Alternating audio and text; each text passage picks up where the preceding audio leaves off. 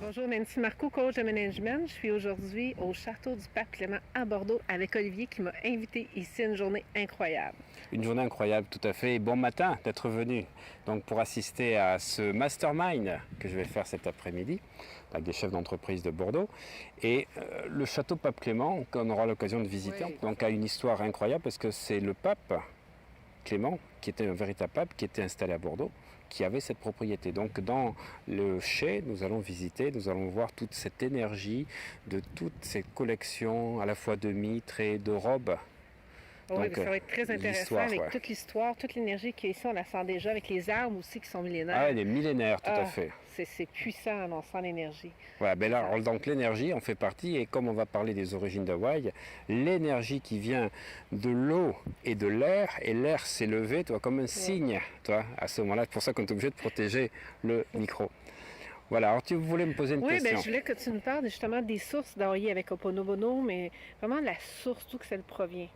Tout à fait. Alors Hawaï, c'est bien, tu as dit Hawaï, moi je dis toujours Hawaï parce que Ha, c'est l'énergie, la respiration.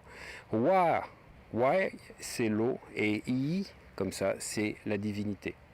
Donc c'est l'énergie donc, de l'eau, de la mer bien sûr, des ancêtres, des coquillages et de la divinité.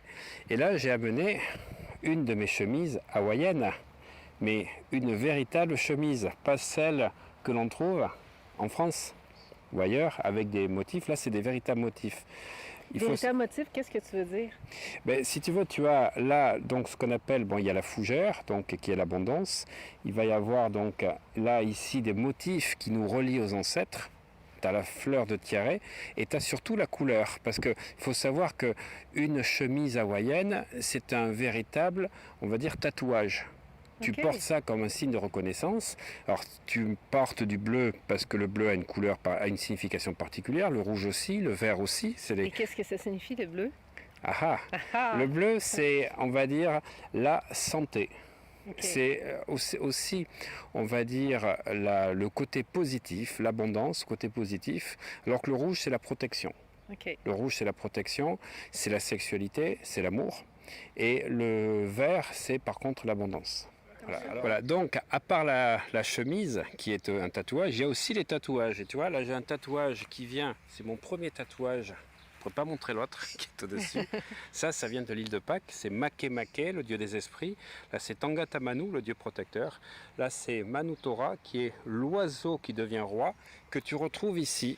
Tu vois, Makemake, etc. Ici c'est Makemake, c'est lui. C'est le dieu des esprits. Voilà. Et là, c'est le Paoa qui est le bâton qui te permet d'avoir la puissance. Donc, Makemake, le dieu des esprits, et Tangata Manu et Manu Tora. Et tu vois, tu l'as. Je répète pas, ok? Makemake, Tangata Manu, Manu Tora. Ça, c'est l'œuf qui vient de l'île de Pâques, que tu vas aller chercher au moment du printemps où les clans se battaient pour être celui qui ramenait un œuf, parce que les œufs étaient posés sur 3 rochers qui étaient en dehors de Rapa Nui. Rapa Nui, c'est le nom que l'on donne à l'île de Pâques. Et qu'est-ce qu'il faisait pour les gens qui se battaient pour aller chercher? Alors, un jour précis qui était choisi donc par le chaman du village, eh bien, il partait, il plongeait du rocher, il naviguait, si tu veux, à la nage, il y avait à peu près 1 kilomètre, et il devait ramener un œuf, mais l'œuf, il devait être intact. Voilà, alors il se mettait une sorte de bandeau comme un élastique pour mettre l'œuf là, pour nager, et puis tu avais des gens qui pouvaient arriver, écraser l'œuf, du coup il avait perdu, il fallait qu'il retourne, et c'est le premier qui arrivait, qui était élu, donc le Manu Tora, et il avait le bâton de pouvoir, le Paoa, et donc son clan. Avec l'œuf, il avait le bâton du pouvoir. Voilà, c'est ça, c'est ça, et donc ça veut dire un peu ce que tu connais toi au Canada, le bâton de parole, mais ça veut dire que ce bâton de pouvoir, pendant un an, donnait le pouvoir au clan. OK, fait que tu avais plusieurs clans qui se battaient pour aller chercher. Voilà, c'est ça. Oh, wow, c'est intéressant. Voilà, c'est ça. Alors, c'est pour montrer que c'est pas par hasard. Voilà, ça vient de l'île de Pâques. J'ai fait le jour de mon anniversaire c'est en 2009, il y a exactement 10 ans. Donc ce tatouage à l'île de Pâques. À l'île de Pâques, ouais. Mais si tu veux, aussi c'est voilà. pas un tatouage comme ça fait. Et je suis allé à Hawaï donc un an après, donc à la sortie du livre de Joe Vital. Voilà, donc je suis allé sur l'île de Pâques, je suis allé à Oahu, donc à Honolulu, puis j'ai fait Kauai, j'ai fait Maui, j'ai fait Big Island, les 4 îles principales pour voir le grand volcan. Et ça fait donc j'ai marqué l'histoire à la fois de l'île de Pâques et l'histoire donc d'Hawaï sur ma peau. Voilà, parce que j'ai eu des reconnaissances là-bas et des reconnaissances. Moi personnellement, je comprenais que j'avais vécu des choses et donc les personnes que j'ai fréquentées m'ont reconnu aussi comme quelqu'un qui avait des connaissances. Des personnes de là-bas, là, des chamans, des tout gens à fait, qui... tout à fait. Alors après Tahiti, effectivement, puisque Tahiti, c'est aussi la culture polynésienne. On parle souvent donc du triangle, on va dire. Alors pour certains, on va parler de Hawaï, Nouvelle-Zélande et on va dire île de Pâques qui encadre parce qu'on va au plus loin. Et puis les Polynésiens vont plutôt parler donc des Marquises, Tahiti, Hawaï. Puisque l'île de Pâques vient d'abord de 7 navigateurs qui viennent des îles Marquises. Okay. Donc les îles Marquises, c'est le chanteur Théo Sulpice que vous voyez sur certaines de mes vidéos sur ma chaîne YouTube qui raconte l'histoire et qui raconte l'histoire de Aloha, de son village. Là, j'ai gardé quelques extraits de mes séminaires sur les vidéos YouTube. Voilà. Donc moi, l'histoire hawaïenne, elle ne s'est pas inventée dans les livres, elle s'est inventée parce que je suis allé à l'île de Pâques, je suis allé en Nouvelle-Zélande, je suis allé à Tahiti et je suis allé à Hawaï. Voilà. Parce que tu t'es déplacé là-bas, l'histoire est venue aussi vers toi parce qu'il y a des gens qui vont se déplacer, mais ils n'ont pas aussi de richesse que toi avec ces connexions-là. Tout à fait. Mais si tu veux, ce qu'il faut savoir, c'est que je le faisais, moi, avant qu'on parle du Ho'oponopono. C'était des connexions que j'avais. J'ai eu la Chine et puis les pays asiatiques. J'ai eu l'Amérique du Sud. Mais si tu veux, c'était pas une histoire commerciale. Ce qu'il faut comprendre, c'était vraiment un parcours initiatique personnel. Ouais. Et j'y suis allé donc à la sortie du livre Ho'oponopono parce que je voulais, après avoir connu l'île de Pâques, et je m'étais imprégné déjà de pas mal de secrets de l'île de Pâques, parce que c'est énigmatique, il y a plein de choses, pour découvrir ce qui se passait à Hawaï. Et c'est comme ça qu'est vécue cette véritable, on va dire, liaison que j'ai eue avec même une habitante. Mais oui, voilà. Oui, t'es fiancée, je crois. Hein? Oui, tout à fait, voilà. Mais si tu veux, le chamanisme et les différentes tribus, après, sont dans des règles. Voilà. Et le pono, c'est ça, ce sont des règles. Voilà. Et moi, je ne suis pas trop aujourd'hui dans les règles. Je considère qu'on est des fois dans des enfermements. Le monde évolue. L'ancien monde a laissé des traces intéressantes, mais il y a un nouveau monde qui se fait. Et justement, le pono, c'est la rectitude. Alors le pono, pour donner l'origine du mot Ho'oponopono, alors c'est réparer ce qui a été blessé, mais c'est aussi autre chose, c'est rectifier, parce qu'on dit pono, et le ho, c'est commencer une action. Roro. Okay. Roro, pono. Et en fait, quand on met pono 2 fois d'affilée, dans la langue hawaïenne, ça veut faire, si tu veux, une sorte de survalorisation. Donc ça veut dire qu'on va réparer de manière divine. C'est-à-dire que ce n'est pas une réparation, nous, mais comme c'est fait 2 fois, ça se passe à un autre niveau. D'où l'importance de « je te bénis » aussi. Exactement, je te bénis et tu comprends l'histoire donc d'être toujours dans ses racines, puisque comme je le disais dans une vidéo juste avant, donc les racines viennent du ciel, ce sont nos ancêtres qu'il faut honorer. Voilà, et donc le Ho'oponopono s'inscrit dans une tradition avec des chakras dont j'ai parlé juste avant, qui sont dans un ordre inversé. Ça, personne ne le sait, personne n'en parle, parce que c'est pas dans les livres. Ça, ce sont les chamans qui me l'ont appris. Tu as le premier, le deuxième, troisième, quatrième, cinquième, sixième, septième. Et là, puisque nous avons parlé hier de la Huna, oui, donc la Huna, la doctrine secrète. Oui. Alors les Kahuna, donc il faut savoir que ça a 2 significations. Ka et Una, c'est-à-dire le gardien de l'expérience secrète ou celui qui connaît la connaissance cachée. Mais ça veut dire aussi quelque chose que personne ne connaît. Ka, Hu et Na. Et là, on ne dit pas Una. Ça veut dire celui qui possède le Hu, l'énergie masculine, et le Na, l'énergie féminine. Oh, très intéressant. Ça te parle. Oh, ouais. Tu vois, on en apprend plein de choses. Quand on est en contact des vrais sachants. Les sachants, les komu, comme ils disent. Les komu, ce sont les sachants. Ce sont ceux, avant qu'on donne le nom de Kahuna, il y a plusieurs noms, il y a les Ali, etc. Ce sont les chefs de clan, etc. Parce que le nom Kahuna a été donné par Max Freedom Lang.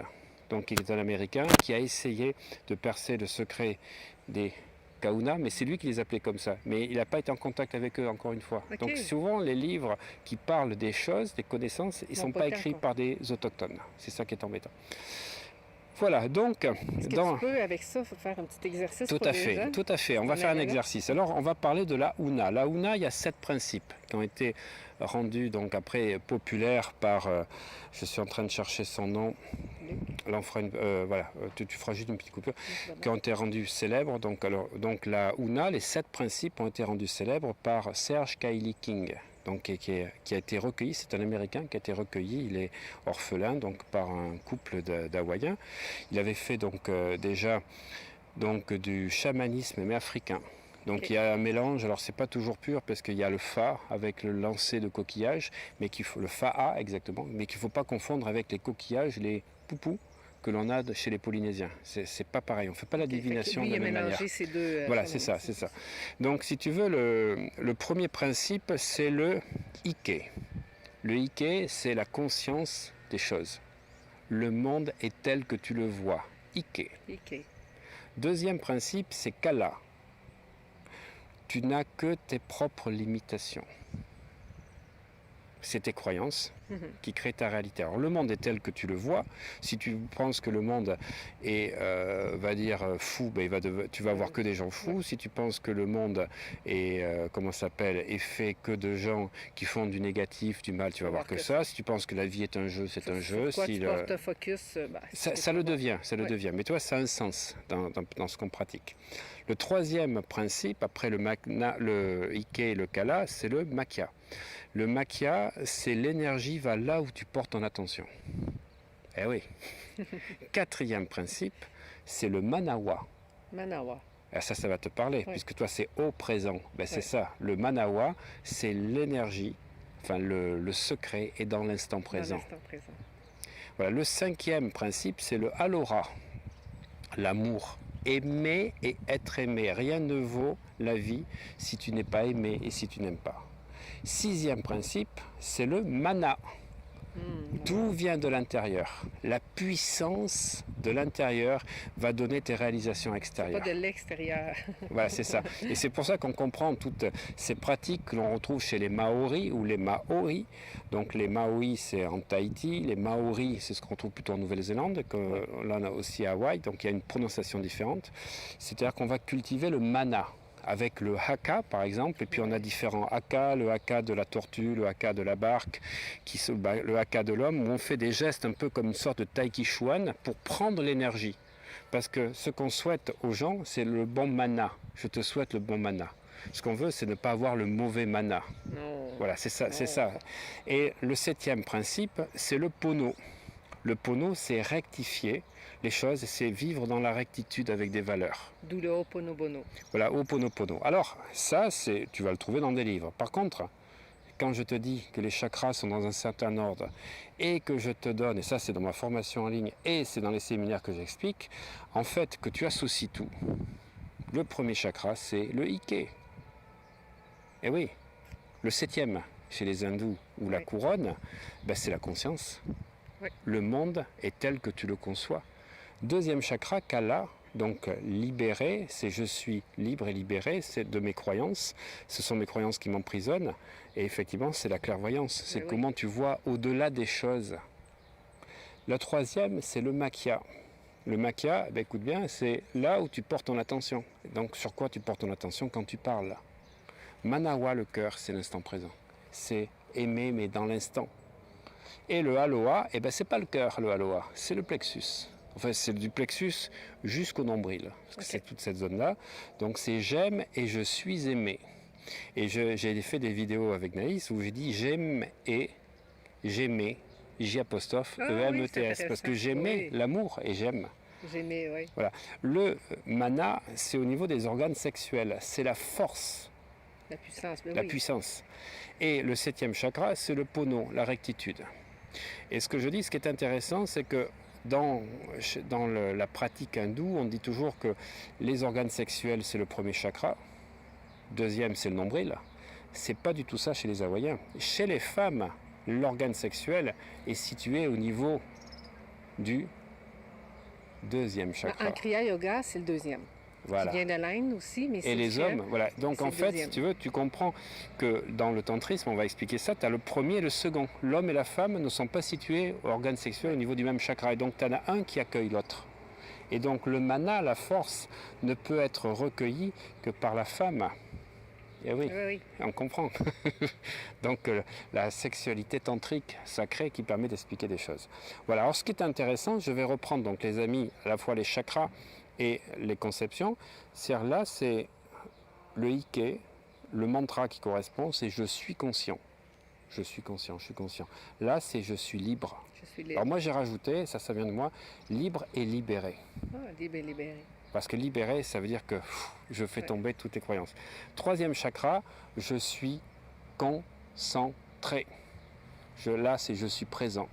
Cinquième chakra, c'est je suis aimé et j'aime. J'aime et je suis aimé. Sixième chakra, je suis fort. Je suis fort. Septième chakra, eh bien, je suis guéri.